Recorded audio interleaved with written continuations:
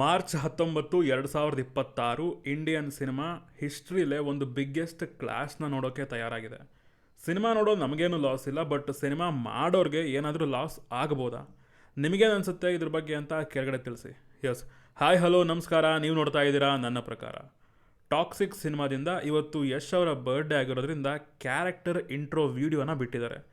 To be honest ಹೇಳ್ತಿದ್ದೀನಿ, ಇದು one of the best character intro video ಅಂತ. ಯಾಕೆ ಅಂತ ಇನ್ ಡೀಟೇಲ್ ಆಗಿ ಮಾತಾಡುವೆ. ಅದಕ್ಕಿಂತ ಮುಂಚೆ ಚಾನಲ್ಗೆ ಫಸ್ಟ್ ಟೈಮ್ ಬಂದಿದ್ರೆ ವಿಡಿಯೋನ ಫುಲ್ ನೋಡಿ, ಇಷ್ಟ ಆದರೆ ಮಾತ್ರ ಸಬ್ಸ್ಕ್ರೈಬ್ ಮಾಡಿಕೊಂಡು ಸಪೋರ್ಟ್ ಮಾಡಿ. ಈ ಕ್ಯಾರೆಕ್ಟರ್ ಇಂಟ್ರೋ ವಿಡಿಯೋಗಳನ್ನು ನಮ್ಮಲ್ಲಿ ತುಂಬ ಜನ ಬಿಟ್ಟಿದ್ದಾರೆ. ಸ್ವಲ್ಪ ಸಿನಿಮಾಗಳಲ್ಲಿ ಕ್ಯಾರೆಕ್ಟರ್ ಮೇಕ್ ಓವರ್ನ ತೋರಿಸಿ ಕ್ಯಾರೆಕ್ಟರ್ ಇಂಟ್ರೋ ಅಂತ ಹೇಳ್ತಾರೆ. ಇನ್ನು ಕೆಲವರು ಆ ಹೀರೋ ಬಾಯಲ್ಲೇ ಆ ಕ್ಯಾರೆಕ್ಟರ್ ಎಂಥದ್ದು ಅಂತ ಹೇಳಿಸಿನೂ ಬಿಟ್ಟಿದ್ದಾರೆ. ಅದೆಲ್ಲದು ಓಕೆ, ಚೆನ್ನಾಗೇ ಇವೆ. ಬಟ್ ಜಾಸ್ತಿ ಬಾಯಲ್ಲಿ ಹೇಳದೆ ವಿಜುವಲಿ ಕನ್ವೆ ಮಾಡೋದು, ಏನು ಗುರು ಇವೊಂದು ಇಂಥ ಕ್ಯಾರೆಕ್ಟರಾ ಅಂತ ಆ ವಿಡಿಯೋ ನೋಡೋ ಆಡಿಯನ್ಸ್ಗೆ ಅನಿಸೋದು, ಇದು ತುಂಬ ರೇರ್. ಆ್ಯಂಡ್ ಅದು ಈ ಟಾಕ್ಸಿಕ್ ಕ್ಯಾರೆಕ್ಟರ್ ಇಂಟ್ರೋ ವಿಡಿಯೋದಲ್ಲಿ ಕನ್ವೆ ಆಗಿದೆ ಅಂತ ಹೇಳ್ತೀನಿ.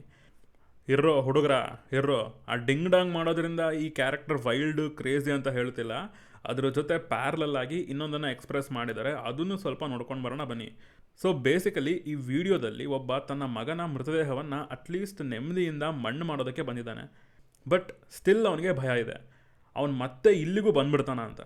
ಮತ್ತೆ ಬರ್ತಾನ ಅಂತ ಕೇಳ್ತಿದ್ದಾನೆ ಅಂತಂದರೆ ಅವನ ಮಗನನ್ನು ಸಾಯಿಸಿರೋದು ಅವನೇ ಅಂತ ಫಿಕ್ಸ್ ಆಗ್ಬೋದು ನಾವು.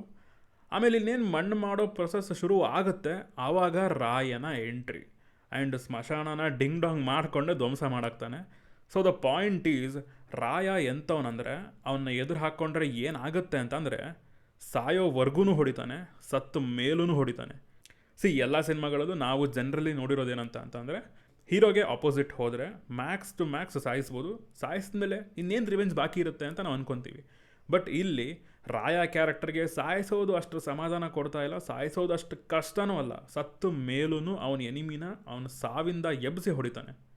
ಕ್ರೇಜಿ ಪಾಯಿಂಟ್ ಇದಂತೂ.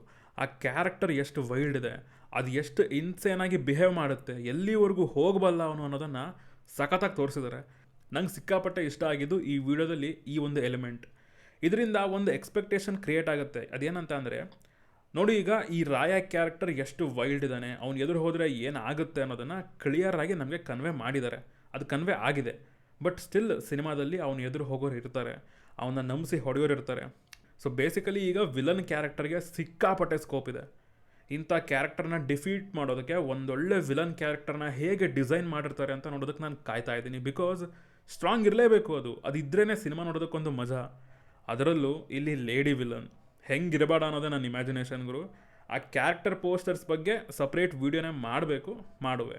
ಇನ್ನು ತುಂಬ ವೈರಲ್ ಆಗ್ತಿರೋ ಆ ಡಿಂಗ್ ಡಾಂಗ್ ಫ್ರೇಮ್ಸ್ ಬಗ್ಗೆ ಬಂದರೆ ನನಗೆ ಆಶ್ಚರ್ಯ ಆಯಿತು. ಲೈಕ್ ಅಷ್ಟೊಂದೇನಿಲ್ಲ, ಯಾಕೆಂದರೆ ಲಾಸ್ಟ್ ಬರ್ಡೇ ಪೀಕಲ್ಲಿ ನೋಡಿದ್ವಿ ಹೇಗಿರುತ್ತೆ ಅಂತ.